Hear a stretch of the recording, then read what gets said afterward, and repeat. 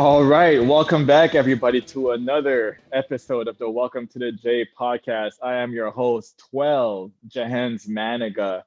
I have a very special guest with me. He's our first ever reoccurring guest. Before we get into all of that, make sure you like and subscribe to the Field at 68 Media Network, where you can have content such as this, different dudes representing different alma maters, just like I do every week.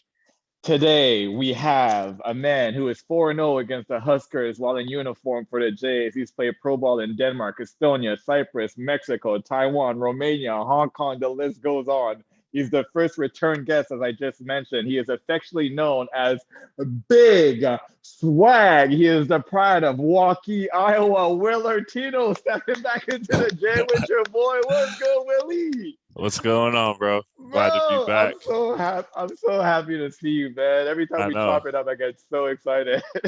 I know it's been a while too. We hadn't even like FaceTimed or nothing lately because our time zones have been so different. So it's like we're just catching up, even though it's on your podcast. It's cool. It's so funny that like a couple of weeks ago, you're like, dude, like I feel like I haven't seen it forever. Let's just find time to FaceTime or whatever. We weren't able to do that, but we were able to do it in front of the people. So you guys are actually gonna get to see how me and Will actually interact like when we FaceTime and stuff. So it's gonna be a whole lot of fun. Obviously, a little bit of Jay's conversation chimed into there as well. How you doing, bro? I'm good. I'm jet lagged right now. I just got back from, as you said, Hong Kong, and we're transitioning right now. So it's just busy. Be a busy couple of weeks, but it's nice. Always nice, to touch down American soil quickly. That overseas life, man, it got you missing home real Right. quickly. I lie.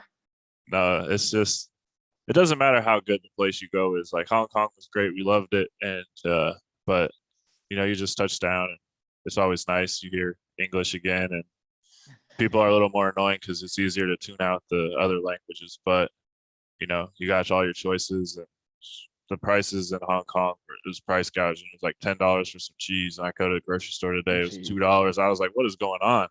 So it's good. It's good to be back. Last time you were on the podcast, you said that when you touch down, your first meal is Chick-fil-A, if I'm not mistaken, because I think you and Justin Carter had that in common. Usually. What was your first meal this time around? Because I got to hold you accountable.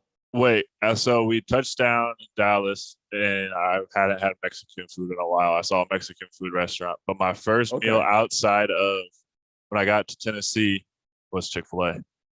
Okay, all right, true to your brand. You're crazy, right? Yeah. Do you remember saying that the last time you were on, or? I mean, yeah, it's because it's literally been like 4 or 5 years straight of just Chick-fil-A every time I get back. Because like I was eating a lot of McDonald's in Hong Kong because I would walk to practice and there was always McDonald's on the way. I'd just get like some nuggets, and I was like gotten used to it. I ate Chick-fil-A, and I swear that Chick-fil-A had never tasted so good. I was like, real chicken, that sauce, everything, man. It was like tastes 5-star. Bro, I'm so fortunate that I get the chance to do that in like 2 different countries. When I touch back down to Canada, I got to get a foot in ASAP. Doesn't even matter from where. And then when I get back to Omaha, though, there's something about that Raising Cane's when you go through that drive-through that first time. Raising I think Cane's that's is it good. for me. It's good. Yeah. I used to get that before study hall. You used to go all the way up to 72nd before study hall after practice just to get some Raising Cane's? Yeah, we'd get done with practice, and I'd go to Raising Cane's, and I'd go back for French tutoring. And I'd eat my Raising Cane's during tutoring. Yeah. I feel bad for those tutors. They had a lot to deal with you and that chicken smell all up in the room. I'd offer them some food. Of course you would. Of course, Right, it's Swag. Why would Swag not do that? Common courtesy. Right. Bro, let's get into it, man. Obviously, we're here to discuss the Nebraska game that we witnessed last night. The boys. Hey. The boys. Death, Texas, and Creighton beat Nebraska. Night. That's what it is. 3 things in life. That's what it is. Turn the state blue once again, as we're known to do. What was your first impression, obviously, of watching the boys play? They got us to a really strong start, which is something that we hadn't seen in the first 2 games of the season. What was your first impression like within the first 10 minutes of the game? I mean, so obviously it's a little tougher to follow games for us overseas. And so this was my first time watching them in person. And this is also the first time for a team that I don't know anybody on the team, like personally. So it's like, A, we're getting old. And B, I don't know like Like I know it's. I mean, they've shot like 1 for 19. I mean, let's be honest, the showing wasn't very good the first two games. It is what it is. They Mhm. got wins, and you always take the wins. So I didn't know what to expect. Same with Nebraska. I know they're a pretty new team, and so I thought it was going to be close. And then they came out. I thought it was going to be the Alex O'Connell game, and I mean, they started slow a little bit, but then he carried them and sparked them, and they what they get up to 27-8 or something. They were close to 20, but I don't think they ever got to 20. It was really it was crazy. It was a tale of 10 minutes for each team.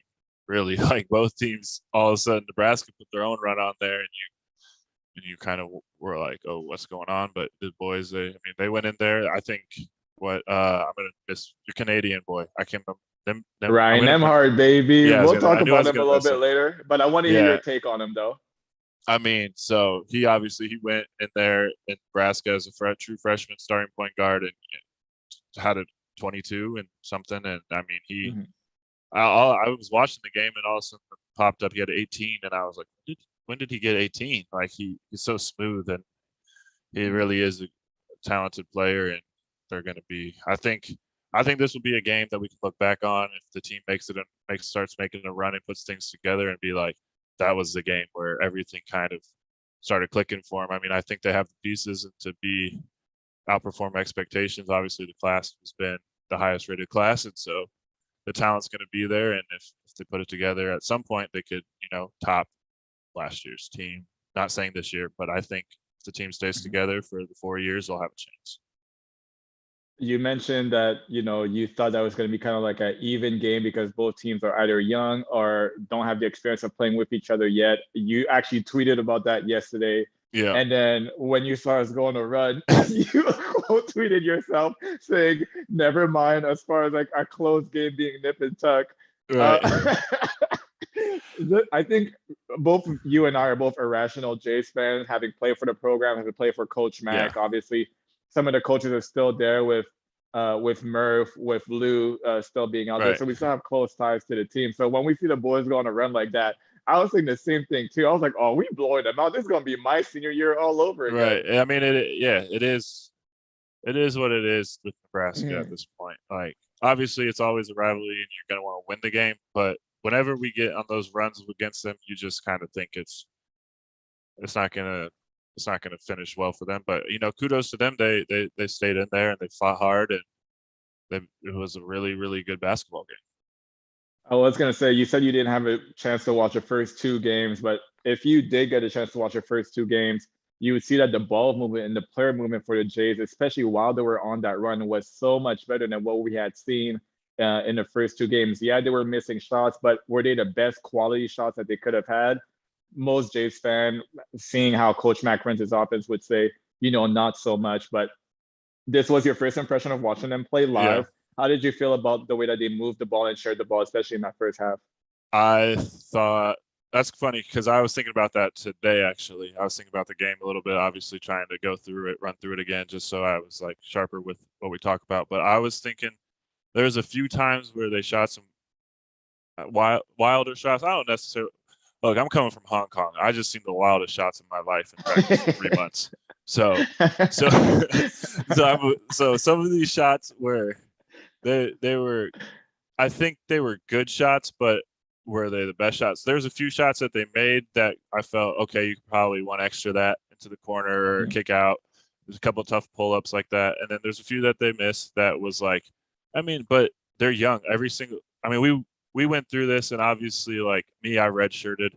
You got thrown into the fire right away, but not to the extent of them. You sat or came off the bench the first half of the year, then started the second half, right? Mm-hmm. And so think about they got 2 or 3 freshmen starting, or 2 freshman starters. 2 freshmen starter, 1 transfer coming in. Alex O'Connell is their elder statesman, and he's only been there for a season and a little bit. And that was both pandemic and years, basically. So right now they really got 3 freshmen in the rotation, all highly ranked, all coming off being the man in high school. Like those are shots that you take in high school because you're in the gym more than anybody else and you're more talented than anybody else. We all went through it as finding the role of what shots are you supposed to take and what shots aren't you supposed to take. and they're 3 Mm-hmm. games into the season. So those shots are expected to be taken.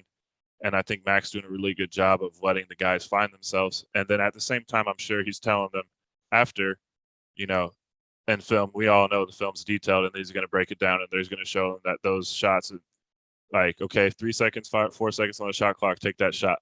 10 seconds on the shot clock, swing it, set a ball screen or something. But overall, I was pretty impressed with the ball movement. Like I said, you can pick at things, but they won the game, and now they're moving on to the tournament down there. I think that'll be another big stepping stone, hopefully. So. Yeah, you're referring to the Paradise Jam that the boys are about to take a flight on, and Yep. trying to be the first repeat champion actually of that tournament. Before we get too ahead of ourselves, I know that hindsight is a little 2020. When Nebraska was going on their run, be honest with me, Will, as you were watching it, how nervous did you start to get? Scale of 1 to 10. I'm probably like at 8 because I just put myself in that situation. I, like, as a player, like to get up 20 and then I can feel a little comfy. But, like, when you're a part of those games and you get I can think back to a game where we got out to a 20-0 run as a pro team and we lost. When you go well and then all of a sudden another team goes on a run, it can just spiral out of control the other way because you are riding such a high, and then all of a sudden you're going into scramble mode, and then you start forcing things. And I think maybe that's a little bit of what happened. Guys started forcing things, trying to make what we'd call, I guess, a hero play instead of trying to just stick into what worked. But it was good that they held the lead. I don't think Nebraska ever got the lead, so that's also good to see that they were able to. Every run they went on, granted it was another 18-2 or whatever run they went on, they were able to. It didn't stop it at some point, and then they end up winning like by 8 or so. And I think like I said, I was jet lagged. I fell asleep for the very end of the game, but I saw some highlights. Hawkins hit a big 3 at the end to kind of ice it, and he went like 3 for 7. It started like 0 for 4 or something. So to see him, a guy who's the D2 National Player of the Year and has a lot of experience in big games. He came up and I think he's really been a key piece in showing that and showing, stretching the floor and doing everything.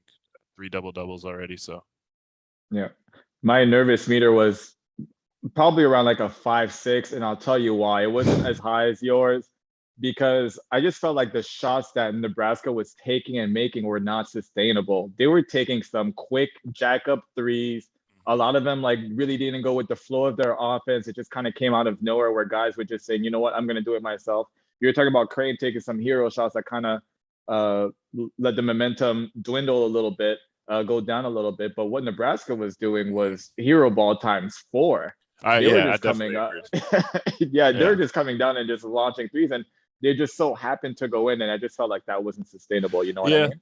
Yeah, that's true. I see your side of it. I was just kind of focusing more on Creighton, I guess. But yeah, no, for sure. That's definitely true. But as the shooter yourself, when those shots go in, you're going to keep shooting and you're going to feel like they're going in. When you're riding that confidence, you can ride it out for another 30 minutes. Right.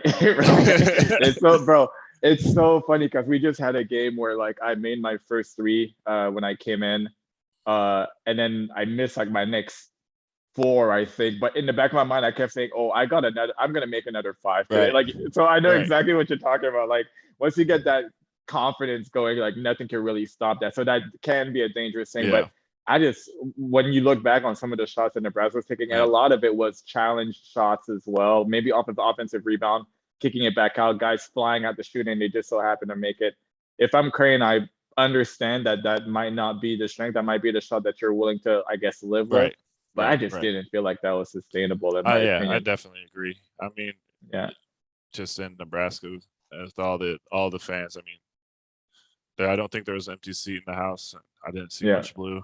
And it's just let's talk about this because before we got live on air, you mentioned how those boys managed to sneak into the front row. Right. Hey, we need to find out who those boys are. Those guys, if College World Series, identify yourself to me. I got a beer for you. I think that you need to get them on the podcast as. Oh, I would love to do that. I think we need to find it out. If anyone could help me identify those boys, if you guys are willing to come onto the Welcome to the J podcast with your boy, I would love to talk about how you guys did that because in a sea of red, seeing that little line of blue, right? Like when you're watching the game from how they're broadcasting it, they were very visible. Yeah. You know how students last year there for the whole entire hour and a half warm-up, they just heckled me, nobody else on the team. So I mean, imagine 5 guys in the sea of 7,000 students or whatever it is. You know, I mean, took some courage, Yeah. for lack of a better term. Before we move on to the next topic, let me tell you guys a little bit about our partners over at BetRivers Sportsbook. If you haven't signed up with BetRivers yet, now's the time because they're offering a $250 match bonus for your first deposit. But what sets them apart is that they require just one playthrough to turn your bonus into cash money. With their new Rush Pay instant approval, withdrawing your winnings is safer, more secure, and more reliable. With basketball season tipping off, get in on the action by going to betrivers.com today or by downloading the BetRivers iOS app. You must be 21 years or older. Gambling problem? Call telephone number 1-800-GAMBLER. I'm not sure if I got this right, but you played at Devaney, obviously. But did you also get a chance to play at Pinnacle? Yep. So they talk to me were. about the difference between obviously one super historic building at Nebraska and them opening up a new arena, Right. in just because Nebraska basketball, we can't deny it, it is getting bigger, it is getting a little bit more popular. So they opened up a whole new arena. You were the first Jays team to be a part of that, right? Right. Yeah, we were. And so, I mean, we're coming off the year where we were the 3 seed and Nebraska made the tournament for the first time too. So that was the first year at the bank, but they came to our place your senior year, obviously.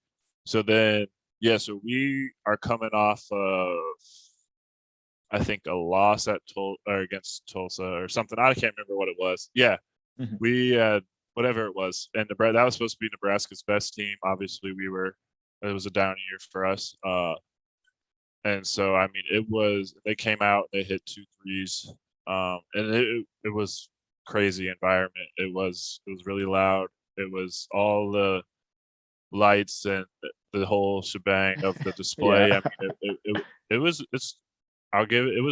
cool, but obviously it's the same story when it's as quiet as it gets come the end horn. And actually, I remember, and I was having flashbacks from that game. During watching that game, we stepped on that sideline twice in the corner, trying to catch a three. Yeah. And when we played them my senior year, Benny Parker did the same thing on the same side in the same corner 3 times. That's crazy. And is there something about it? I don't know. That's what I was thinking. I was like, I haven't watched any other games in Nebraska's arena since, so I don't know if that's like a common thing. Is there something where like, is it the crowd is on you can't, so you think, or whatever it is, like, however, if it's like some sort of visual thing or if people, it's just coincidence. But it was just weird that in the one game I played and the one game I've watched, there's been 5 or 6 people step on the sideline in that corner. For you guys to remember, you guys who are listening, Will is talking about, I think Alex O'Connell did it on that baseline on the swing pass. He tried to attack. And I think it was Trey Alexander, like 2 or 3 possessions later, who literally stepped. And I remember Nick Baugh, fan of the program, a former guest of the program, called it out like, that's the second time that the Jays have stepped exactly on that sideline. And now you're saying that Benny Parker did it when you guys were there. So maybe there is something to it, a little bit like how Antoine Young, when there wasn't that half-court line at Oregon. Me and Ross Farini talked about that the last time he was my last guest on the pod, and we talked about that. So let's talk about that. What, 10 years ago, about 10 years ago, we were trying to win the CIT, whatever it was, championship. Right. And now they're just coming off their first Sweet 16. So let's say Mac has done an incredible job of running the program from that. So absolutely. We definitely have to talk about, because obviously you mentioned how tough of an environment it was. This is a young Jays team, a team that doesn't have a lot of experience playing together. They showed some poise. They did show some poise. They showed that they have that warrior mentality, that warrior spirit, that when push comes to shove, they could, dig in a little bit deeper and really come out with a tough victory on the road. And you already mentioned Hawkins with that big dagger three. We obviously already praised Ryan Nembhard, making all of us former Craytonian Canadians proud. You know how The it whole be. two of you. But what I do want to talk about, you as a big man, obviously, the play of Ryan Kalkbrenner, he had a stretch of about 3, 4, 5 minutes where he really dominated the paint on both ends, challenging shots left, right, and center, being big and strong and physical down the middle, getting N1s and finishing at the rim. He didn't have the best 2 games to start the year. I think he's had a lot of expectation placed on him due to the fact that he was on Team USA under 19 team this summer. We remember when Doug was our teammate and he came back from Team USA under 19. He came back as a totally different animal. Talk to me about Ryan taking this step in the right direction, leading the Jays in both defensively in the paint and offensively in the paint. Yeah, I mean, and obviously they were talking about it. Bob was talking about it. Max telling them to feed him, and I mean, there's a difference between telling them to feed him and then he still has to deliver. So I mean, he delivered. Really, that's also he wasn't the difference between him and Doug in those situations is he was a freshman that averaged like 12 minutes a game and got the call for USA. Doug was coming off first team All Valley, already had it, and so now he's trying to slide into a much bigger role, which it's tough to do. Someone who tried to do it, and I actually it's really tough to do. You don't know. You're all of a sudden you're expected to take more shots. There's more eyes on you. Your role changes, and so I think he's trying to find himself. The expectations are super high after any time you get an accolade like Team USA. But during that stretch, that was during the stretch, right late in the first half or so, right? Is what you're referring to? Like kind of mid second half a little bit where he started getting N1s. There was one big play where he got an N1 and he turned and visibly yelled and actually showed some emotions we haven't seen too much from him before. Yeah, I think that's a good sign. I mean, as someone who we both kind of thrive off emotions and playing, and it kind of gets you going. And there's some guys that are even keeled, and I think there's a balance between it, and maybe him showing more emotions, it can also be like a very big pickup for the team as a guy that strikes me as probably on the quieter side. All of a sudden it's like, oh, Kalkbrenner's getting hyped, like we got to follow him type thing. But I know he had big dunk, and he was doing a really good job of sealing and getting easy baskets and finishing. And I think that as we talked about Hawkins, that combination and come Big East play is going to be really big for us in terms of hopefully they can develop the chemistry, some high-low, because they can't help off Hawkins to try and clog the paint. Everybody else on the team starting to shoot it, and so that's going to leave Kalkbrenner room to maneuver in the paint and be big and long and do what he does. And so he I think was a really big step for him, and probably his confidence, especially like as a young big, when you start having a game like that, it can really get you going in terms for the rest of the season. So Nebraska's Bryce Mcgowan came into the game having scored 29 points the game previously. Alex O'Connell was tasked to chase him around defensively, make it really tough on him. He did a wonderful job, held him to only 6 points on 3 of 10 shooting, if I'm not mistaken. And a couple of those were just backdoor cuts. He got two dunks on backdoor dunks cuts. And one other random. So, I mean. So we know Alex to be offensively gifted, someone who could, take and make shots. But for him to accept a challenge defensively, how does that bode for the Jays moving forward, knowing that, a guy like him who is asked to do so much offensively could every once in a while take a step back and be like, you know what? My assignment for this game is to lock down this guy. I'm going to do the best job out of anybody in a Bluejay uniform. Yeah. And I know I barely talked about him. I said I thought it was going to be the Alex O'Connell game. And really, as you just pointed out, something that goes very unnoticed. He still scored 13 or 15 points. 12. Okay. Everybody was right there, and I was reading. No, I agree. Tired, but Nembhard at 22, Hawkins at 15, O'Connell had 12. I think Kalkbrenner had 11, or O'Connell had 13 and Kalkbrenner had 12. Yeah. It's one of those. But you're right. I mean, but so that's obviously. I mean, I don't know if he's the heart and soul of the team, McGowan's for Nebraska, but he is for that offense. Everything seems to run through him, and they had him trying to figure it out. I mean, he's had his way the first 2 games. He's a 5-star recruit coming into college thinking, and he kind of, I guess, maybe it was like a little welcoming thing saying, this is a lot different than whatever you think it is. And he could have taken it personally. And obviously he accepted the challenge, and it probably was a very key factor in them being able to hold off when the other guys on their team, that the 2 guards came off the bench for Nebraska, started hitting all the threes. If one more guy gets going, especially your main guy gets going, that's when it could really probably start to get worse. And O'Connell obviously stepped up and he made sure that didn't happen. So when things started going for them, at least they had one thing that they were focusing on, or trying to think of how to word it. But he, sorry, pop up on my computer email. This got distracting. Yeah, of course. He obviously it's probably, if you're doing a grading system, it's an A. I mean, 23 points under their average is super impressive. Yeah, absolutely. As a guy who took that challenge personally, every time that we had to play those big time wings or guards, I certainly understand, what that feeling is like, especially like that week of preparation, man. Coach Mack really beats it into you how much this guy can have a field day if you're not on your P's and Q's. So kudos to Alex. That was my first time seeing him accept a challenge defensively like that. So I'm very happy to see how it turned out, obviously. To have a guy like Sharif come back, he's been dealing with a foot injury in the summertime, a low groin injury in going into preseason. He's finally played his first game. He's going to be another one of those Jays who are going to really lock in defensively once he gets his legs under him. I was very happy to see him play his first game. How did you feel about, Sharif? He did turn the ball over some. He made a couple of plays also, but he's also trying to get his legs under him. How do you feel about, Sharif being able to get back on the court for the Jays? Yeah, I mean, obviously, I think that he probably forced a couple plays trying to, get the groove back and just the feeling of playing.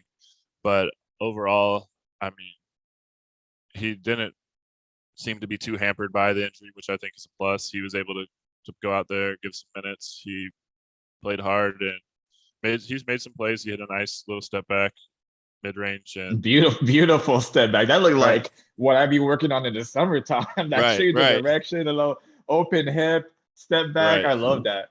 I mean, so it's obviously it's there. I think there's nothing to be worried about with it. I think everything for Jays fans, they should take everything he did as positives, and they were able to. He's just going to bring more depth to the team that I think needs a little more depth right now. And I think Mac is trying to find probably one more full-time guy, and then another guy that if the guy's getting foul trouble, one night he'll play 25 minutes, the other night he might only get 5 to 10 minutes or whatever it is. But to have 10 guys you can trust, or 9 guys for sure, and then one guy, he's going to come in, play really hard and do it, and just do his job, not complain, shows up every day in practice. And so I think that he'll definitely be needed, and there's going to be a time when his experience will come into, I'm sure it did last night, even if he wasn't on the court as much.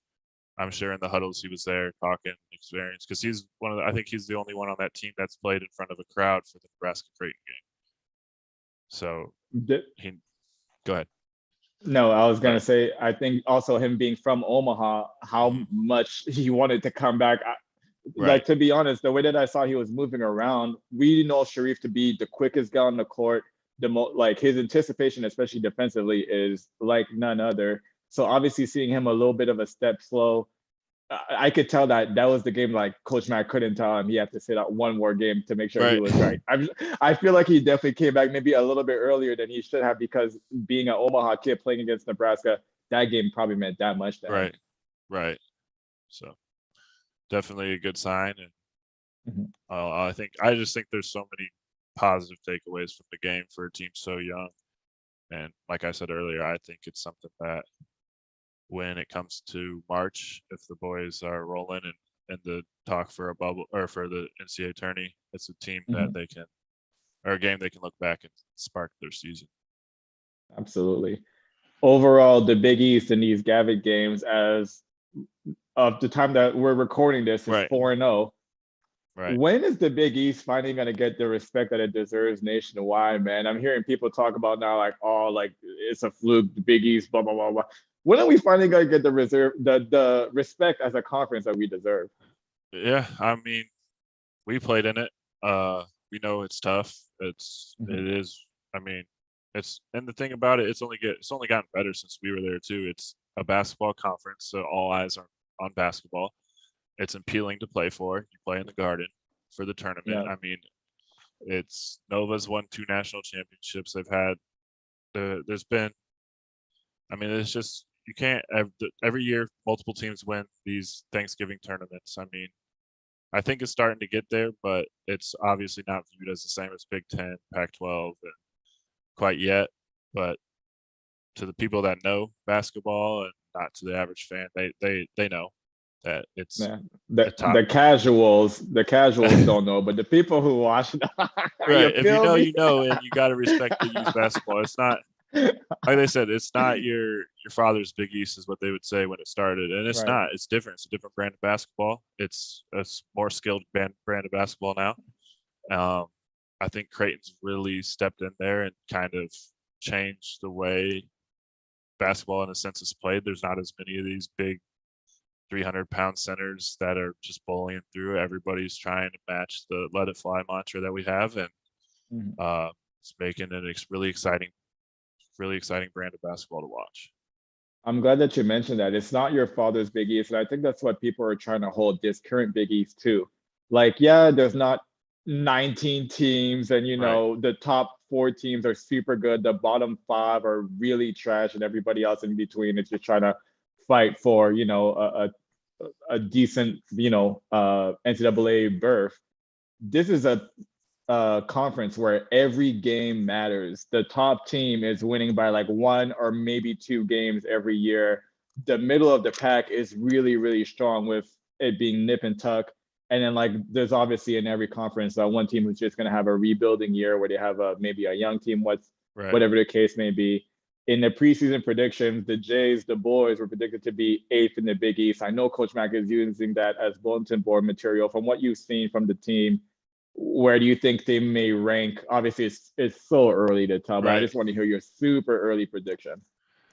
I mean, I don't know enough of the Big East right now. I haven't. It was kind of tough to follow. Like I said, I'm just the further I get out, the more I do become more of a casual fan of college basketball. I will still follow Creighton, and I follow like the few guys I know that are trickled throughout the nation. I think that's top half Big East team.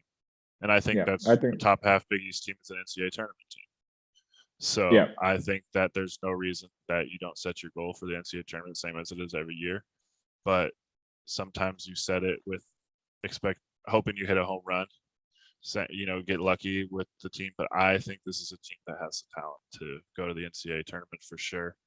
I mean, and as you know, as the year goes on, by the time the Big East tournament comes around, those freshmen aren't freshmen anymore, they're sophomores, and it goes up and through, and the guys have experience, and it's a team that I feel gets hot.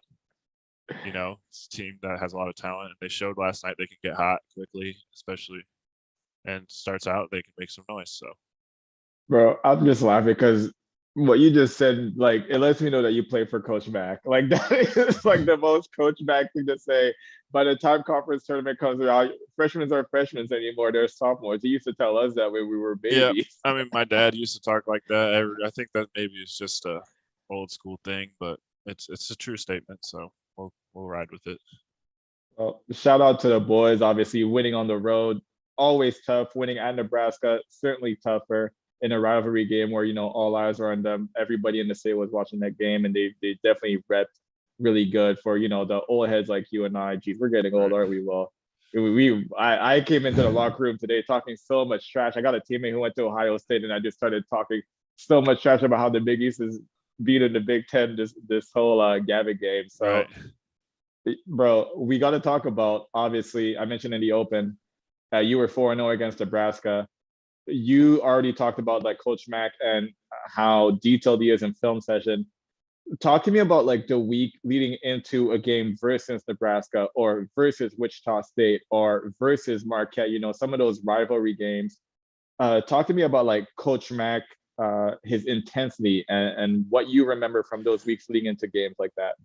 Yeah, I mean, there's always a little more something in the air, whatever it is. It's just a little more intensity. It's obviously a game that's big. I mean, I remember like we were kind of starting our slide then my senior year, and it was like, we obviously didn't think we were going to go on like an 8-game losing streak in the Big East and lose every game by 1 point or whatever it was pretty much. But they were like, this is a game that no matter what happens this season, like we might not do, like it might not finish well this season, but people are going to remember that you guys beat Nebraska, like before the game. Like they're going to remember who won the game, no matter what it is.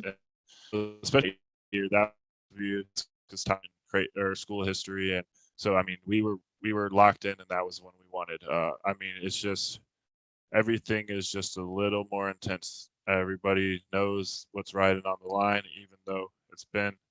And I think also a part of it is that's why we continue to win, pretty much.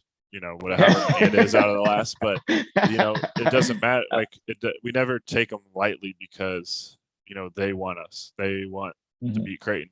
So no matter what, typically they're going to try and come out swinging and play they know they're going to attempt to play their best game, and so we can't ever take it lightly.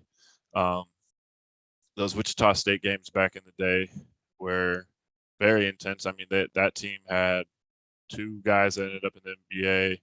One guy, I think he might be EuroLeague, Champions League level. They had a couple guys that are out in Japan, very good leagues. I mean, those were super talented teams, and we also knew we had to play. I mean, the arena in Wichita State was as hostile as just about any arena for us too. I mean, I remember walking out by myself. My first time I could play. Middle fingers flying. I think I got spit on. Like nobody told me you don't walk out by yourself. So yeah.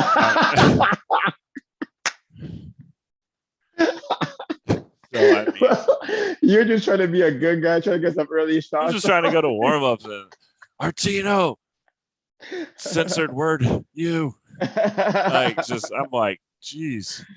Yeah. So I mean, I'm like, see, I wish you played TBT with us this summer, bro. You would have that same feeling all over again when we played Aftershocks. I know. That was man. That was tough. I thought you guys would pull that out too. That would have been crazy. Oh, believe me, I still have sort of nightmares about how it all ended and all that stuff. Yeah, watching homie get shoved to the floor just to see Wichita go in and score for a layup during Elam ending. Yeah, but that was. You wild. know what? I digress. Right. I know I have a platform. I know I can put some people on blast, but I'm looking to play TBT again. So right. I'm not even gonna go there. No. The game before you guys had the epic comeback. So I mean, it was like kind of a tale of 2 games. Unfortunately, you stole one and you had one stolen from you. I mean, that's just how basketball is sometimes. But you guys represented Creighton really well, and it was really entertaining to watch. And so. Talk to me about the first time hearing about how big of a rivalry the Nebraska Creighton game is every year. Because I remember when I was getting recruited, D-Rock let me know immediately, look, this is the one game that we can't afford to lose. And we ended up losing that game my freshman year. But talk to me about how early on, maybe even in the recruitment process, that you heard hey, look, this is the one thing that's super important to these Creighton fans. Well, see, I grew up 2 hours away from Creighton. So I knew about the rivalry in high school, before Creighton had even started recruiting me. They started recruiting me at the end of my junior year. All my boys from that used to be around from my high school. They all love Nebraska basketball. So they all were fans of Nebraska. And so I remember before I was even committed, I watched the game that Nebraska beat Creighton 55-54 or something. And they were so pumped about it. And I obviously just didn't think anything of it. I didn't know where I was going yet. I hadn't even, like I said, spoken to Creighton. So but so then when Creighton comes around, obviously, like I know at that point that this game means enough to random kids in Waukee, Iowa, that are fans of the school. So it's obviously going to mean a ton in the state of Nebraska. So, I mean, I guess I kind of had a little bit of an idea, but even I don't think words can do it justice, especially as a player. And like, it's weird. It's like I said, like you talked about asking how Mac is before it, or even like the game itself. There's just a different feel to everything. Everything just feels magnified. The stage feels a little bigger than, if you're going to Evansville, Indiana, or some random team. So Yeah. it's just like, even though on a national stage it doesn't matter, but every eye that follows any sort of college sports in Nebraska is watching that game.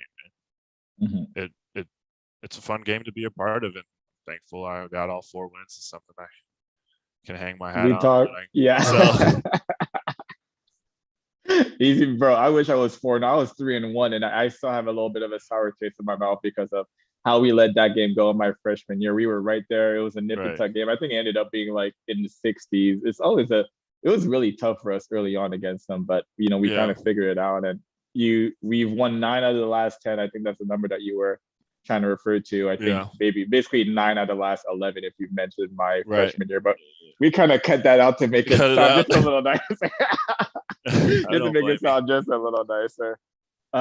We obviously, this whole episode has been about Creighton versus Nebraska. I can't end it without asking you your absolute favorite moment playing against Nebraska. Either the Gibbs and Petaway scuffle, because that was just hilarious to me.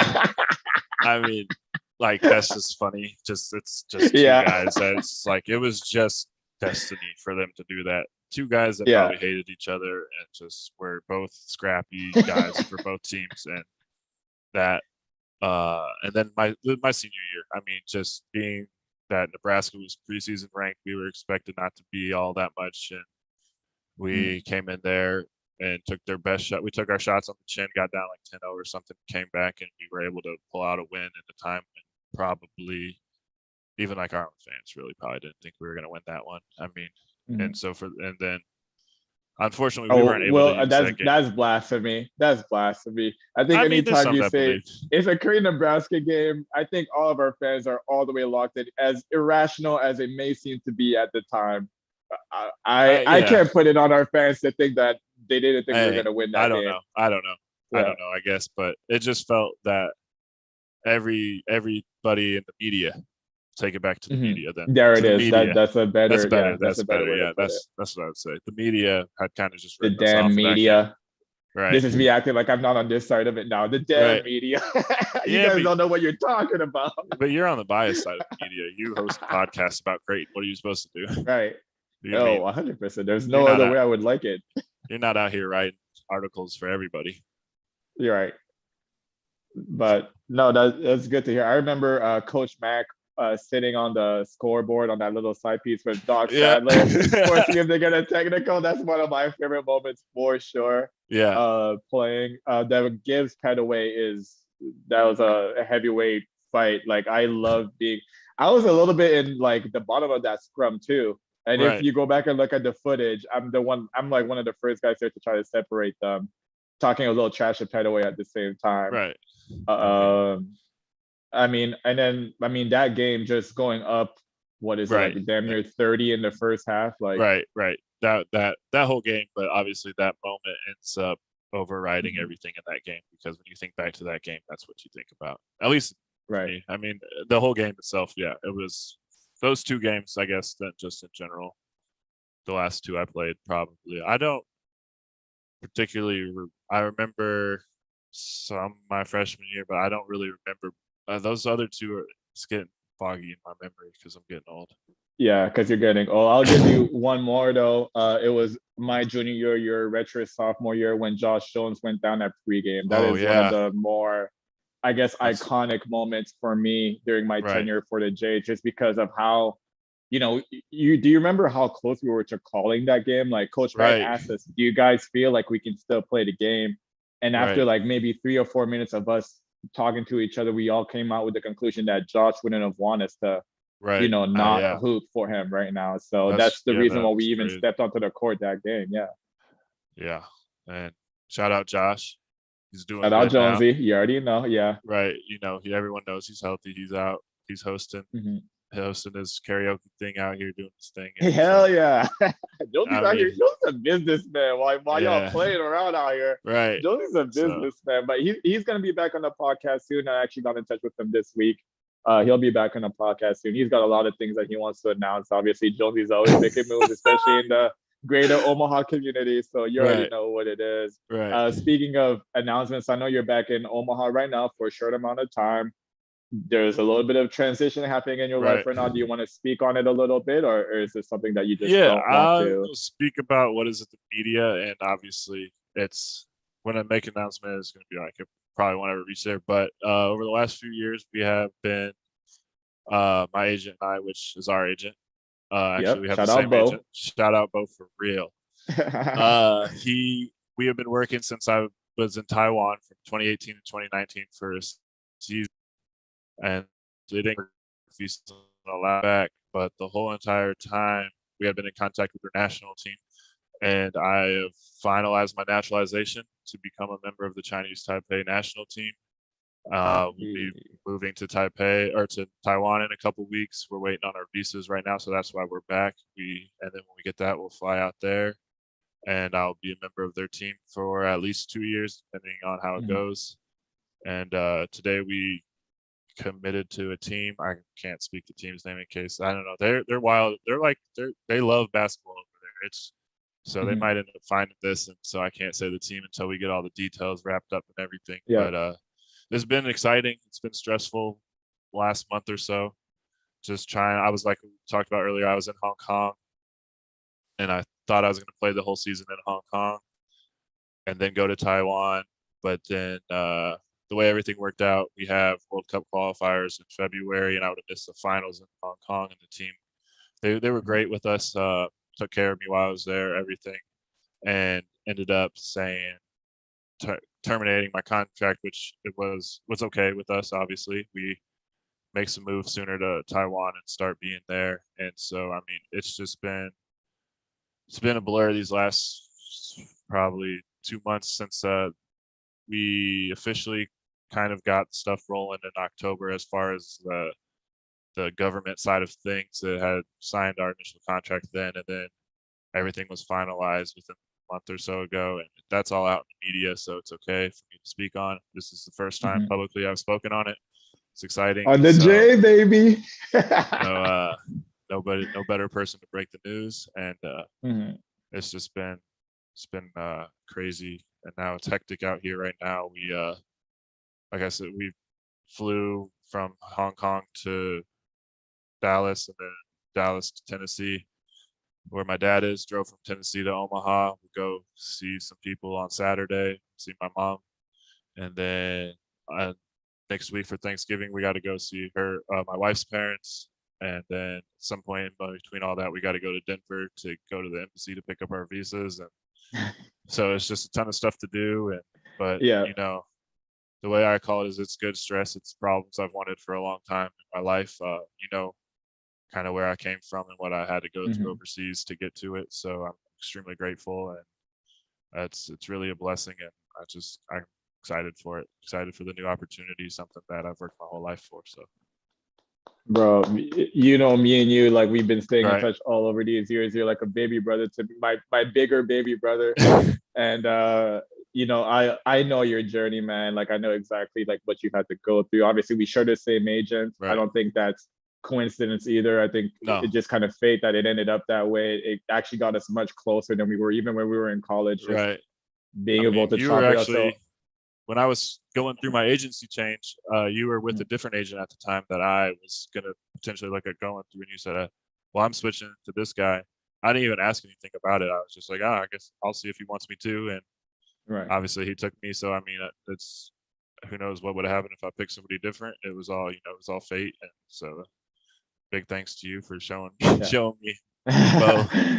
I mean, I just want to say, bro, I got to give you your flowers while you're on here. I'm just so happy for you. Your journey's been ridiculous. You need to write a book about this one of these days.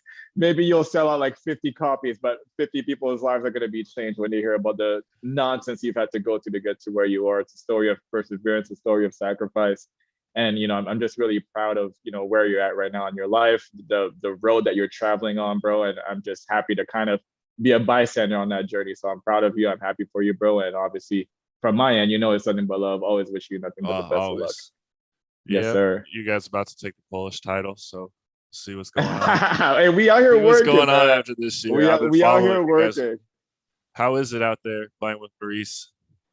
Maurice Watson Jr. is an absolute baller, man. Like all the stuff that I've seen before, all the stories that I've heard before about how well he plays the game, how easy it is to play alongside him, doesn't even do it justice to actually like being on the practice court with him every day, and obviously challenging other teams with him wearing the same jersey as him. So he's been great. We've been doing a really good job. We're 9-2 so far as of the recording of this podcast.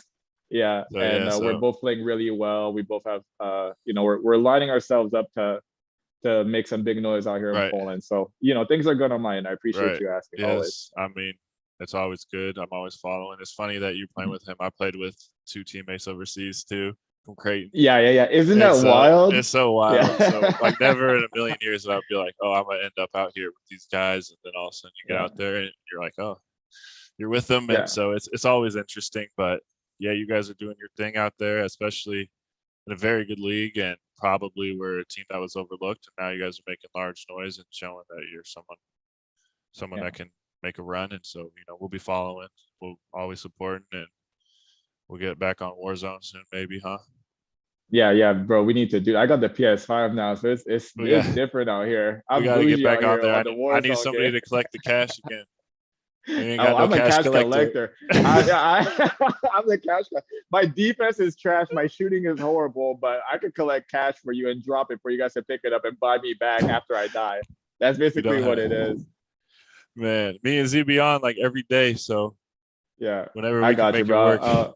I'll get on there shortly. Just let me know. Actually, we'll figure it out, bro. But I appreciate you coming back on the podcast. Love you, bro. You're always welcome on here to talk your trash. You always have a platform to talk it up with me whenever you want to. You got me?